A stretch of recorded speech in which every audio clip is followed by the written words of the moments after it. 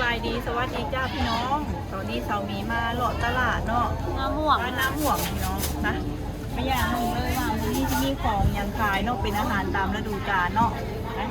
โดนแล้วบ่ได้มาพี่น้องเอ้ยพาหมีเพิ่นมาเลาะ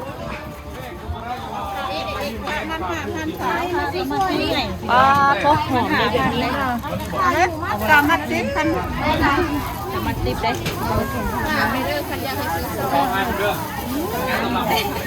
มันละ10 บาทหอมค่ะขนาดเลยพี่น้องไปแกงใส่แหนงหน่อไม้ย่ามแรงเนาะ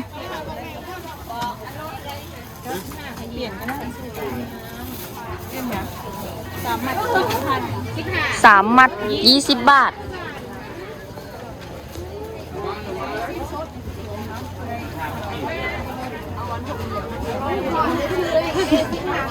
มาด้วยกัน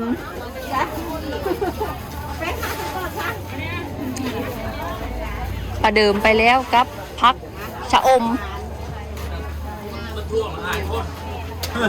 โอ้สาลีถุงละ40 บาทถุงละ20 บ่ปลูกอยู่ดอนกลางน้ำนี่ก็ต้องไปมืออื่นก็เขามามือแรกเขาจะมาถ่ายตัวนี้เหลืองตัวหนาตัวนี้เขาจับจากตัวใดเขาจับวินี่ตัวใดคนนี้เอามาหมากมันชิ้นยาวเลยอันนี้สาลีเหลือง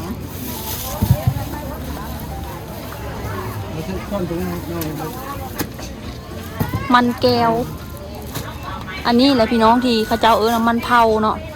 ภาษาไทยเพิ่นจะเอียงหน้าแก้วตะเภามันแก้ว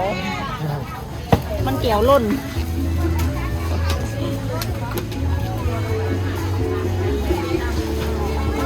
มันแก้วตะเภา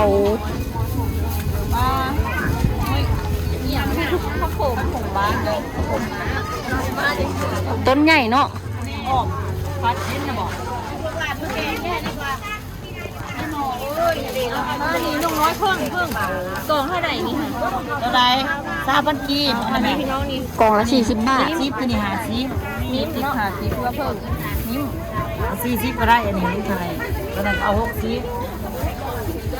น้ำผึ้งน้ำมันอะไรแม่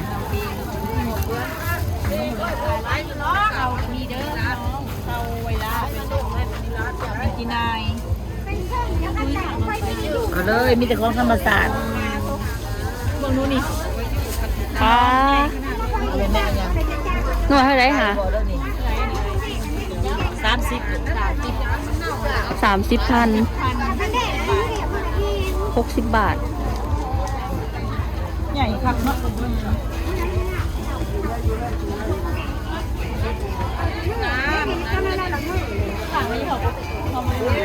แพง5,000เด้อ นกเกี่ยวนกพด40ก็ได้ของเจ้าพันคือหลายเนาะหลายกว่าของเจ้าหรอคือหลายเนาะกูแดงของเจ้าพันล่ะถังใหม่ๆนะสดๆนะคะถังสดถังแล้วก็เล่นมาตลาดเลยเนาะเอาไว้ทองในเงินกี่ปีมาเนี่ยแบบไงนะโอ้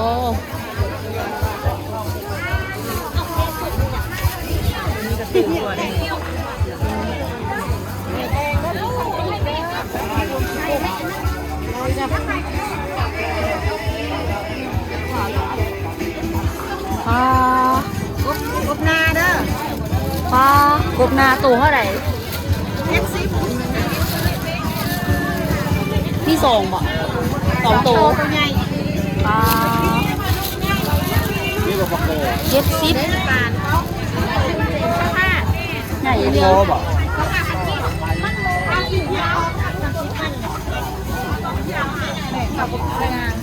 หอมรวมนี่ก็คือหอมรวมพี่น้องกินก็ข้าวเปียกก็ใหญ่ๆนี่อันนี้แหละหอมรวมนี่แซ่บที่สุดเลยบอเสือซื้อไปลองเบิ่งเด้อพี่น้องค่ะ FC ท่านใดเพิ่นมีโอกาสได้มาประเทศลาวเนาะมีทุกตลาดเลย ตลาดลาวที่ไหนก็มีหอมลาบ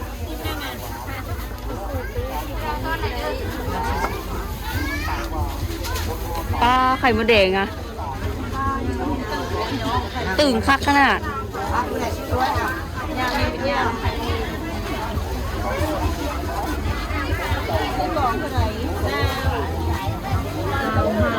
3 กล่อง 50ได้บ่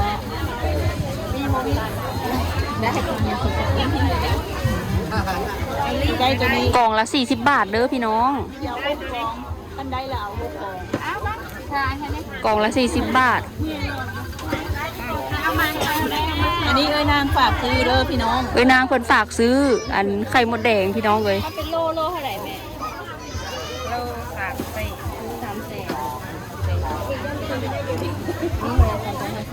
250ได้บ่เดี๋ยวได้บ่250,000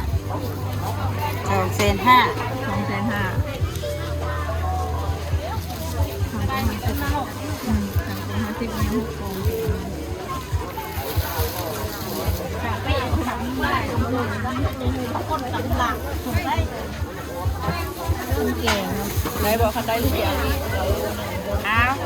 ได้ท่านก็เอาเป็นโลเลยเอา2 โลเลยติดเป็นโลเลยให้เฮาค่ะเอาถุงละโล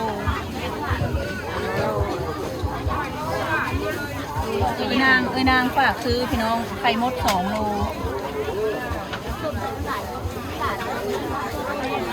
นางฝากซื้อไข่มดแดง2 โลเด้อพี่น้องนางยังบ่ได้มาลาวเนาะยังบ่ฮอดใส่ติดกับดักแล้วตัวนี้มันตื่นมันเป็นแบบตัวนี้ไหนเอานะลงมาเบิ่งก่อน บ่ตื้อจะมีแต่มันปนกันมันบ่พอคันเอาตัวตื้งเบิดหั่นนะ บ่เขาเอาตัวตึงแล้วก็เอาตัวนั่งน้ำเด้ อ่ะ เอาตัวนี้เอาตัวนั้นมา ตัวตื้งน้ำตัวบ่ตื้งน้ ได้ละ ำย่านละโล อันนั้นโลนึงมาค่ะอันนั้นโลนึง ปนกันไปเลยเนาะถ้าจะไปผสม คนไปเลย เอาอันติดตัวนี้อีกโลนึงตึงนั่นตัตัว ว นา นั้น ทูให้เฮาค่ะ มันปนกันนี่แหละถ้ามันบ่พอเด้ ได้ตัวตึงอาจารย์ตัวตึงไฮโลนึงล่ะตัวก้นไฮโลนึง เอ้ย ว่าตัวตึงมันไม่ได้หักโล ตึงไม่มีบหลาย เอาตัวตึงเลยใส่เอาตัวนั้นโลตัวนี้ในแบนเนอร์ถ้าเราขายว่าจะเดินเร็วได้กันมาต่อแล้ว ค่ะจะเป็นของเฮา เขาซื้อมากินไม่ได้ซื้อมาขาย เอาตื้งใช่กันเลยบ่บ่ได้เอาตัวนี้ให้ ตึงอะไรตึงใส่กัน ถ้ามันมาฮอโลค่ะตัวนี้ใส่อยู่นั้น เอาเป็นโลเอาเลยนะ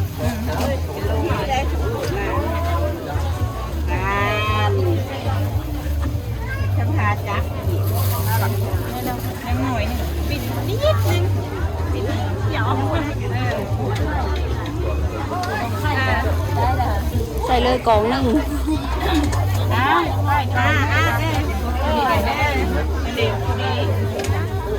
แม่ค้าหมานขนาดเลยมื้อนี้ก็ โลนึง 1 กิโล จะเอาตัวนั้นโลแล้วให้เพื่อนเอานี้ใส่ให้ โลนึงอะไรจะสิบอกเลย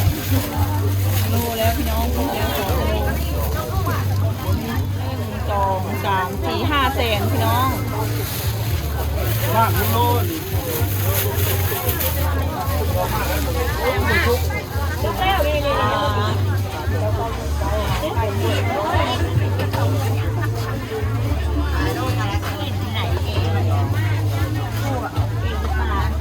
ยเบิ่งอันหน่อนี่หน่อกินน้อยหน่อยหน่ออ้อย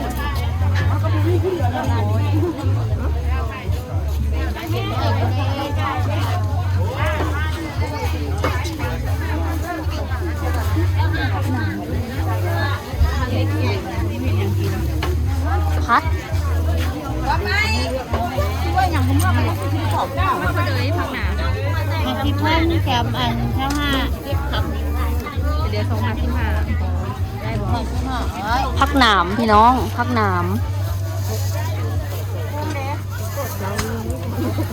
ให้ได้จะกินดุนแดงเนาะพักยังนั่นล่ะพักกูดพักน้ำนี่ก็พักน้ำทั้งน้ำทั้งหวานพักยังพักลูกพักลูกพักลูก พี่น้องนอนมัน หวานตะกี้มันคุยพิเรียน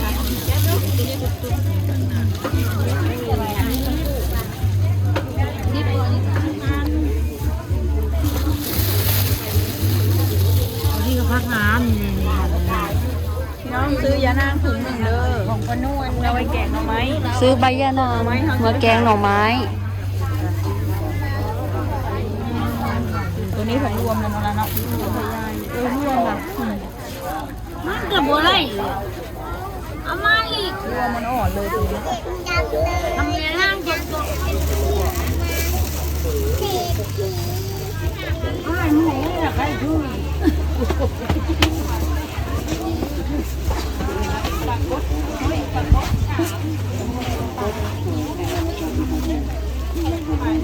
แต่เช้าโดนนึ่ง เรียกว่า ตัวเขาเลยนะคะพวงเขาเลย แต่เช้า แกงตีนขนาดเอาเนี่ย มีปลาตองเนาะ ปลาต่อเบิดแล้ว เบิร์ดนะนี่มาหัวทันพี่น้อง ก่อนไทย นี่คือเดียว แม่น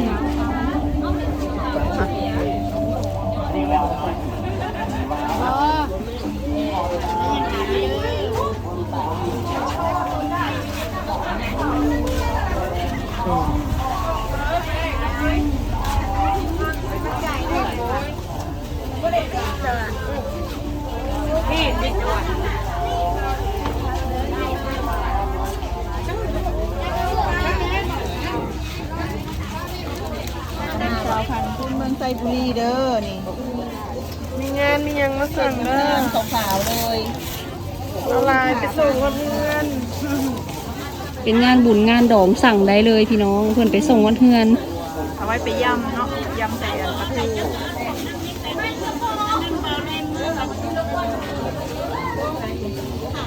ู จ้า สาละเปา